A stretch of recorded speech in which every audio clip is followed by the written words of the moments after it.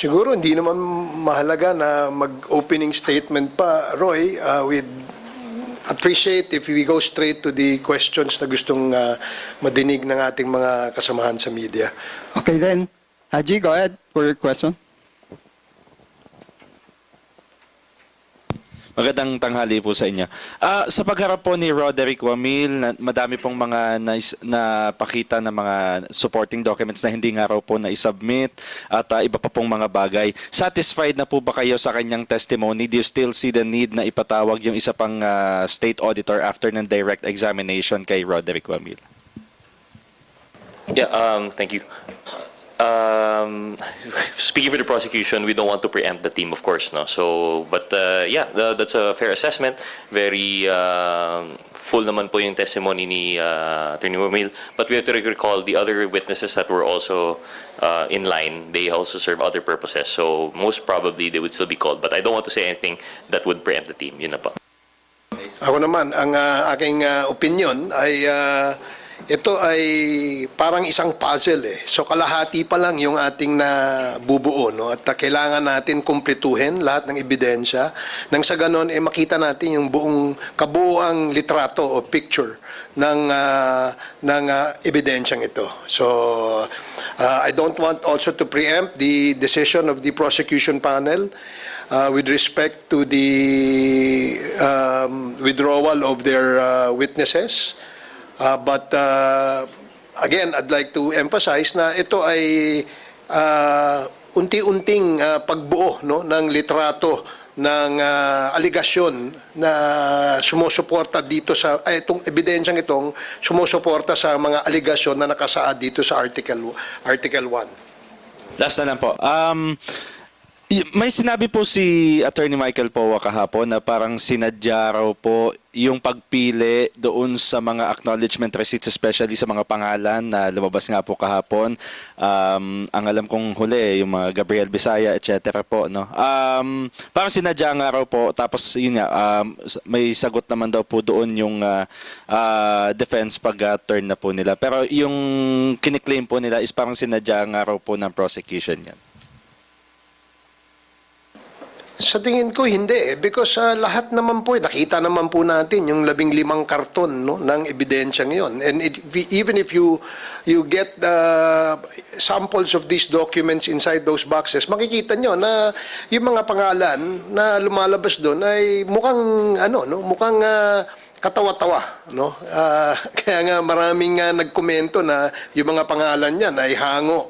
Kundi sa chichirya, ito ay hango dun sa mga naimbentong pangalan. And we will come to that point when the next witness that the prosecution will present will also, no, certify kung ano ang findings ng prosecution dito sa mga dokumentong itong ay nilatag.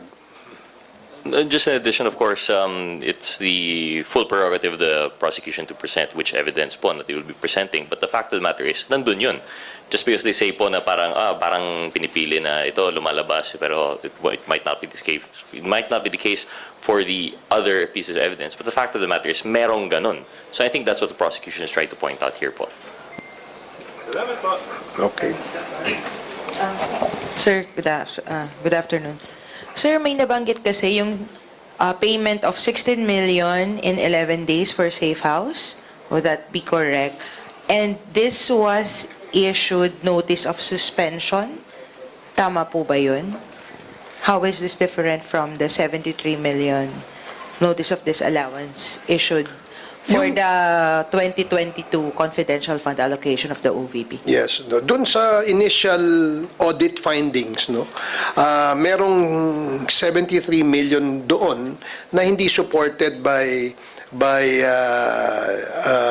sufficient justification, meaning may question kasi nga maraming dokumentong ibinigay o isinumite ang ating OVP na mga ARs lamang o ito yung acknowledgement receipts, no. For example, yang sa warehouse na yan, no, nagbayad ng kung di ako nagkakamali 1 million peso a day ba yan? Is that the Ganun lumalabas. So I cannot recall kung ano yung eksaktong amount, no, in relation to the rental of this warehouse or safe house, no. Pero kung may ganyan, 'di ba? Dapat meron niyang either contract, meron niyang sigurong other documents that can prove that indeed merong nirentahan, no, na safe house. Yung 73 million in question is dun sa kabuuang kabuuang report ng audit report ni Roderick Wamil dun sa fourth quarter of 2022, na apparently he found something irregular in the submissions of the OVP with respect to the documents that they used to justify the disbursements of these funds. Sir, follow-up. Meron kasi, napansin ko lang po kanina, yung discussion centered on AOM. Rather that, as we are all aware of, meron din pong notice of disallowance, although this is not yet final. Yung 73M kasi may final decision na yung COA doon. May 375 million na inisyuhan ng COA ng notice of disallowance for 2023 confidential funds of the OVP. May witness po ba tayo on this ND? Speaking for the prosecution, we cannot preempt the team. I hope you'll understand. As Attorney Virgil says, hold your horses po. And this may disclose the legal strategy na gagawin ng ating prosecution team. So I hope you understand that our prosecutor here cannot discuss the strategies that they will employ. Meron pa rin dapat element of surprise. But that's not, just to be very clear, no, the prosecution does intend to present a full picture of what happened with the COA funds. No? So, para lang yun. But as for which elements would be testified by whom, we have to wait po for the actual calling of the witness. Thank you. Hi, Kongs. Good morning po. Before the start of the trial kanina, sinabi po ni Attorney Lorna Kapunan sa mga media na ipapasabpina raw po niya si Mary Grace Piatos at ang sabi po niya ipadadala raw po yung sabpina sa Office of the Vice President. How would it help po the prosecution, especially dito po sa trial sa confidential funds? Well, again, we're exploring all options, but we don't want to preempt the team po as to how that would be used. Ako, wala naman akong sub-judice. I'm not covered by sub-judice. So what I can say is, dapat siguro, isang pina natin yan, no? Para makilala natin. Dahil umiikot yung controversy dyan sa mga pangalang yan. Especially ito kay Mary Grace Piatos, no? It's high time probably that lumabas siya, no? At magpakilala. So sa akin palagay, sa aking personal opinion, dapat nararapat lamang na isampina siya. Alright. Last na lang kung kanina rin sa trial ng banggit no, na yung ilang part of the confidential funds were used sa MOE. Considering na ang mga congressman and even the Office of the Vice President, merong ganong budget, is it a clear sign ba na yung pondo hindi talaga nagamit sa tama? Kasi may nakalaang pondo sa MOE, pero bakit pa niya nilagyan ng confidential funds? Well, ako, una, no, 2 beses nangyari na kung saan MOOE yung isinubmit, no, na liquidation. No? This is in clear violation of the provisions of the joint circular. Dahil nakalagay naman doon sa joint circular kung ano lang yung dapat pagkagastusan ng confidential fund. And MOOE is not included in that list. So again, no, bakit sinabi dito, hindi pwedeng isipin na ito ay isang oversight lang, no? Dahil nagkamali, no? Pero dahil there seems to be a pattern, dahil 2-3 beses yata na isubmit na MOOE kasama dun sa kanilang justification. So, merong irregular at merong highly questionable dyan sa liquidation na yan. In addition to that lang po, no, we can only speak as to what was testified kanina. And klaro naman po na sinabi ng testigo, and according to the testimony, that was considered irregular po, no, that having justified the use of confidential funds for MOE.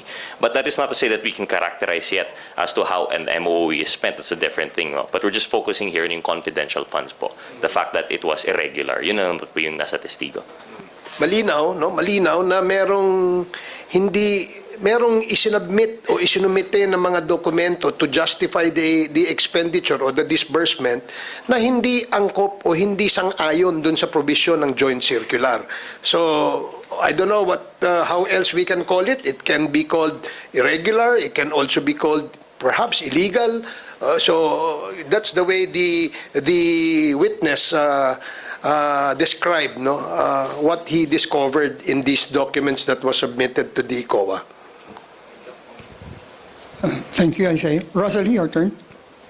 Hapon po, sirs. May we know po kung ano po yung current position ng House Prosecution Team regarding po kay Mary Grace Piatos? Kasi isa po siya dun sa 27 po na proposed witnesses niyo po para dito sa Article 1. Pero kahapon po, sabi po ni Representative Joel Chua, kung siya yung tatanungin personally, hindi na niya gustong iharap pa or ipatawag si Mary Grace Piatos sa paglilitis. But this morning, sa ambush interview po kay Attorney Kapunan, sinabi niya po na isa sa pinako nga si Mary Grace Piatos. Hinahanap pa namin, hindi namin makita kung saan-saan kaming Mary Grace na pumunta, hindi namin makita. Papadala namin sa Office of the Vice President yung subpoena. So ano po ba ang current position po ng prosecution team dito kay Mary Grace Piatos? I'm sorry again on behalf of the prosecution, we cannot disclose the formal plan po, no, the final plan. I think it just goes to show po, no, na it's a very lively discussion even between members of the prosecution. Nag-iiba po yung kanilang opinion. But all that we can say siguro po is that it just speaks of how important the question is, sino yung tumanggap? That's one of the core principles here that we're looking at, no? Sino tumanggap, kailan tinanggap, para saan ginamit? These are the questions that we're trying to answer with the choice of our witnesses. So I think it goes to show, like, if we think about it, kung sino si Mary Grace Piatos, what they can testify to, that speaks as to one of the questions. So definitely it's still it's still at play. But whether or not, sorry Ma'am Rose, no, whether or not the prosecution has decided, we can't say yet po. So sa mga pahayag ng ating mga prosecutors, makikita mo na buhay, no, yung diskusyon tungkol sa mga strategy na dapat gawin ng prosecution panel. In fact, para lang sa kaalaman ng lahat, no, bawat hakbang na ginagawa ng ating prosecution team, lahat po yan ay pinag-uusapan. No, they consider opinions of all other members of the hindi ho yan desisyon ng isa, dalawa o ng ilang tao lamang, kundi ito ay consensus ng mayorya ng membro ng prosecution team. Will her testimony, his or her testimony, still be relevant at this point in time, given that may mga findings na nga po yung COA, meron na nga rin pong notice of disallowance na currently ina-appeal ng OVP? Well, again, without speaking into whether or not we cannot characterize it fully, but like I mentioned a while ago, that additional testimony would tend to answer that question po, no? Kung para saan ginamit, for example, or kung sino nga tumanggap if we're talking about the identity. But at the same time, the ultimate arbiter of its acceptance or relevance, as you were asking, would be the impeachment court. So we have to leave it to them po. Second issue po, regarding po sa nabuksan kanina na regarding po dun sa ginawang meeting sa ICFAO office po with Attorney Zuleika Lopez, Attorney Michael Powa, and Roderick Wamil. Ano pong significance nun? Pagkakalantad na may gano'n palang meeting. Well, yung meeting yon, klarong-klaro na sinabi ni Mr. Wamil na nagtanong, no, ang Office of the Vice President represented by Attorney Zuleika Lopez and Attorney Michael Powa. Nagtanong sila paano naliliquidate, ano yung mga requirements in the liquidation of the confidential and intelligence funds. Yun ang napag-usapan, yun ang meet nung kanilang meeting eh. So, kaya nga, para sa akin, I'm surprised na sinabi naman siguro malamang, no, o ng COA kung ano yung mga pamantayan o ano yung mga will be given more time to submit the documents necessary para ma-liquidate ng tama itong pondong ito.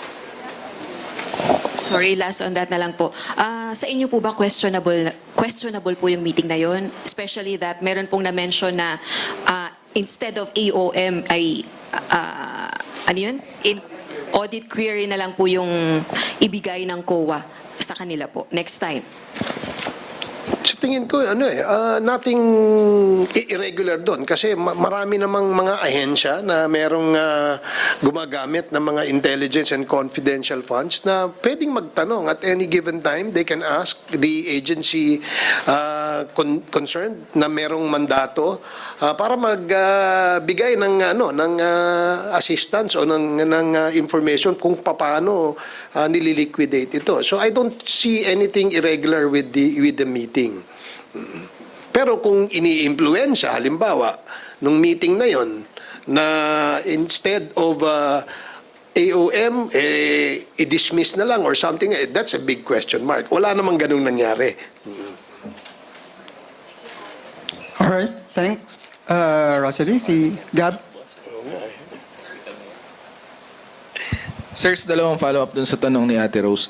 Una yung sa comments ni Attorney Lorna Kapunan. Could you take it as parang dahil counsel sila for the prosecution, they are still under the control of the prosecution team, so any decision would come from the public prosecutors? Ganun po ba yan? Yes, that's how this works po naman po, no? Being members of the panel of the prosecutors, the public prosecutors have supervision control.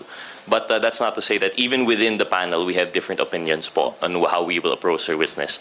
Up to the point nga po na even up to the day before the presentation of the witness, we might actually change our mind as a group. So, yeah, I don't think it has any bearing naman po whether one is private or one is public because we talk about it as a team. So, yun po. Sir, regarding din dun sa tanong ni Ate Rose sa yung yung meeting, ito po bang meeting na to, does it expose yung concerns earlier ng some members of the prosecution panel na yung ibang abogado ni VP Sara involved dun sa mga issues na dinidiscuss? Doon sa usapin, doon sa konteksto ng meeting, no, sa aking palagay, wala namang ang involvement lang naman nila doon ay nagtanong sila kung paano, no, and there's nothing perhaps irregular about that, no, because they can inquire naman talaga, no. Yun nga, pero pagka ang usapin ay tungkol sa halimbawa, ipinilit na imbis na AOM ang inyong i-issue, ay dapat ang inyong i-issue ay dismissal or whatever it is, no, under the rules, siguro ibang usapan yon. But nothing similar to that happened in that meeting. Pero sir, kasi yung request ng sabi ni Auditor Wamil, ang sabi niya, ang request raw was an audit query, which he said was not included among the, kumbaga wala siya sa menu of options, o hindi siya notice of disallowance, hindi siya AOM. Hindi ba irregular na kagad yun, sir? Kasi they were asking for something that was not inside what the joint circular provides. Yes, mukhang kung ganon, it is outside of the provisions of the joint circular, baka merong question mark, no? But again, no, sabi ko nga, baka napapag-usapan lang. There was no perhaps action or maybe a request to really change the findings of the audit findings of Mr. Wamil. No, absent that, we cannot conclude nor even perhaps even say na merong anomaly or irregular na nangyari. Sir, yung testimony ni Attorney Wamil, towards the end, hindi ko sure kung tama, kung verbatim yung pagkakaalala ko, pero may sinabi siya, something to the effect that there is a presumption that the funds were missing and have been used for other purposes. Does that strengthen not only yung sa confidential fund issue, but also the unexplained wealth accusations?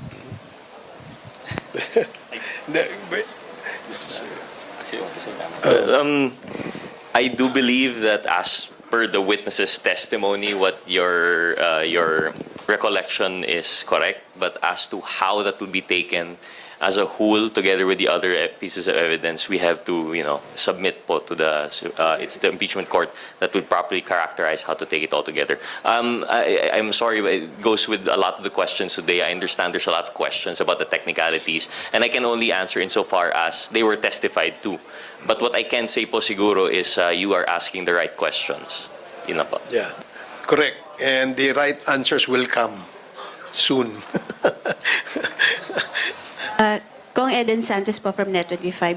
Yun po bang paggamit ng aliases sa confidential funds is irregular, illegal? Kasi di ba yun ang pinaka mga punto po, Mary Grace Piatos, Andy Lim, Patty T. Base sa dokumentong kanilang isinumite doon sa COA, the auditors found something irregular and perhaps even illegal base sa kanyang audit findings, no? So ito ay sang-ayon doon sa rules o hindi kaya doon sa provision ng joint circular na kung saan yun ang dapat sinusunod ng mga ahensyang gumagamit ng confidential funds sa pag-liquidate nila o paggastos nila ng pondong iyan. So, kailangan po yung totoong pangalan ng tao na tumanggap ng reward, binayaran dun sa information. No, hindi, not necessarily. They can use other names, no? Pero may kaakibat na report yan. Diba? Halimbawa, ginamit si Mickey Mouse, no? Dahil si Mickey Mouse ay merong impormasyon tungkol sa mga terorista na nakatira, kunyari, dito sa isang lugar, no? At kailangan kumuha ng mga impormasyon tungkol sa organisasyon ng mga terorista dyan sa lugar na yan. Then, pwede siyang gumamit ng ibang pangalan dahil siya naman ang malalagay sa alanganin pag naibunyag yung kanyang totoong circumstances, lalo na yung kanyang pangalan. Di ba? So, dun po sa paggamit ng aliases per se, wala pong irregular and illegal.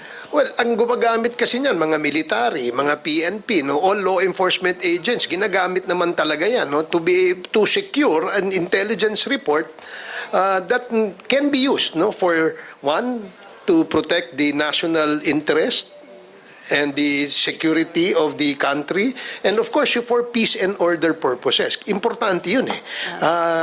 Kaya minsan nalalagay sa alanganin ang buhay ng ibang agent because pag na-expose sila. Sabi po, halatang sinisingle out daw si VP Sara dito sa usapin ng confidential funds ng OVP at ng DepEd. Yung pong pagbulatlat ng kanyang CF sa nasabing mga ahensya ay Hindi pwedeng maging president para doon sa iba pang mga government agencies. Ang hamon po kasi ni Attorney Kapunan, pwedeng mag-file ng kaso o reklamo against dun sa mga iba pang government agencies na mayroong confidential funds like the Office of the President na sinasabing billions of pesos yung kanyang confi funds. Well, ang malinaw dito, dapat kung sino man yung gumagamit o gumagasta ng confidential funds, dapat sumunod sa mga panuntunan, no? Ito ay malinaw na nakasaad dyan sa joint circular. And because of that, hindi dapat magkamali, no? Dito naman sa usapin na sinisingle out, hindi ho totoo yan. Bakit? Lahat naman po yung inilabas sa audit report o dun sa findings ng COA, submission po yan ng Office of the Vice President at submission ng mga tao ng ating pangalawang Pangulo. So bakit sinasabing single out? No? Dahil lahat po yan, mga ebidensyang yan, nanggaling ho sa kanila. No? So, kaya nga sa aming pananaw, maraming ingay napapaloob dito sa usaping ito, but what is important ay yung ebidensya. Diba? Kahit saan nila tingnan, kahit anumang ingay marinig natin sa labas, politika man o hindi politika, what is important, kung ano yung sinasabi ng ebidensya. Dahil yan ang mahalaga para sa paglilitis na ito. Last question ko na lang po. So yung hamon po ni Attorney Kapunan na mag-file ng kaso o reklamo against dun sa iba pang mga government agencies with CF, especially yung Office of the President, ay do you agree with her? Well, kapag merong nakitang paglabag, no, dapat, no, kasi nga sinasabi nga na lahat naman kung merong pagkakamali, merong paglabag sa ating batas, paglabag sa ating joint circular, dapat ireklamo. 'Di ba? Kung meron kayong nalalaman, ireklamo natin 'yon dahil ito ay pera ng taong bayan. Bawat piso rito dapat all accounted for. Let's not allow officials of this government to waste the public funds nang galing sa ating buwis, no? So yan ang aking paniwala. Kaya ang on trial dito ay hindi naman yung ibang ahensya.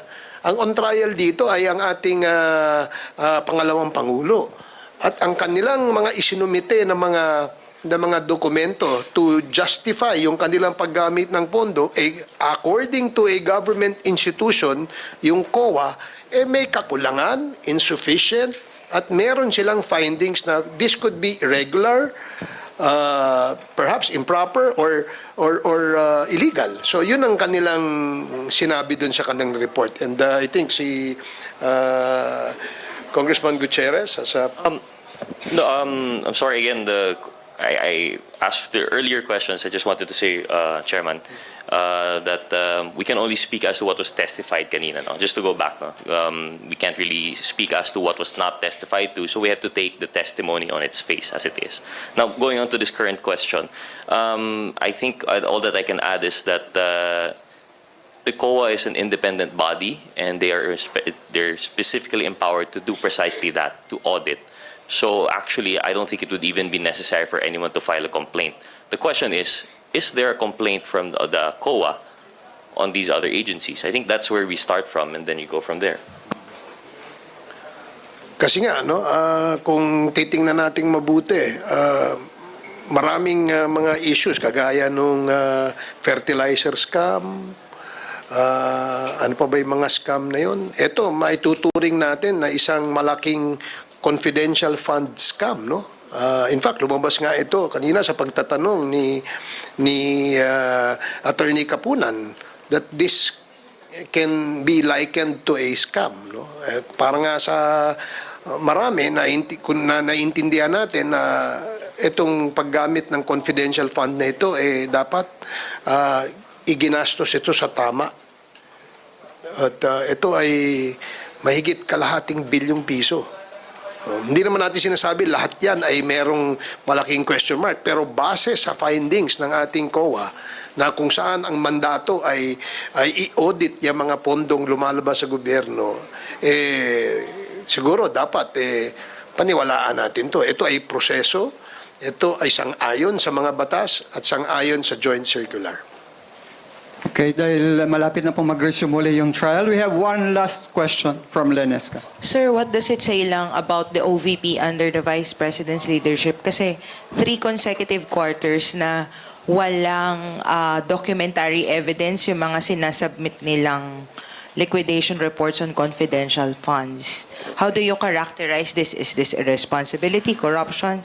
How do you describe it? No, I don't... As testified by the witness. Ako, Thank you. personally, I don't want to speculate nor even conclude something. Kasi umpisa pa lang, no? Nakikita pa lang natin na binubuo pa lang itong puzzle na ito. Kapag ka nabuo na, perhaps that's the only time I personally can conclude, no? And maybe share my opinion on the issue. Sa ngayon, kasi binubuo pa lang natin, gaya nga ng lagi kong nasasabi, nasa first, second quarter pa lang tayo. At dahil dyan, marami pang pwedeng mangyari. Di ba? Sabi nga ng mga basketballista, bilog ang bola. Di ba? So hindi natin masasabi.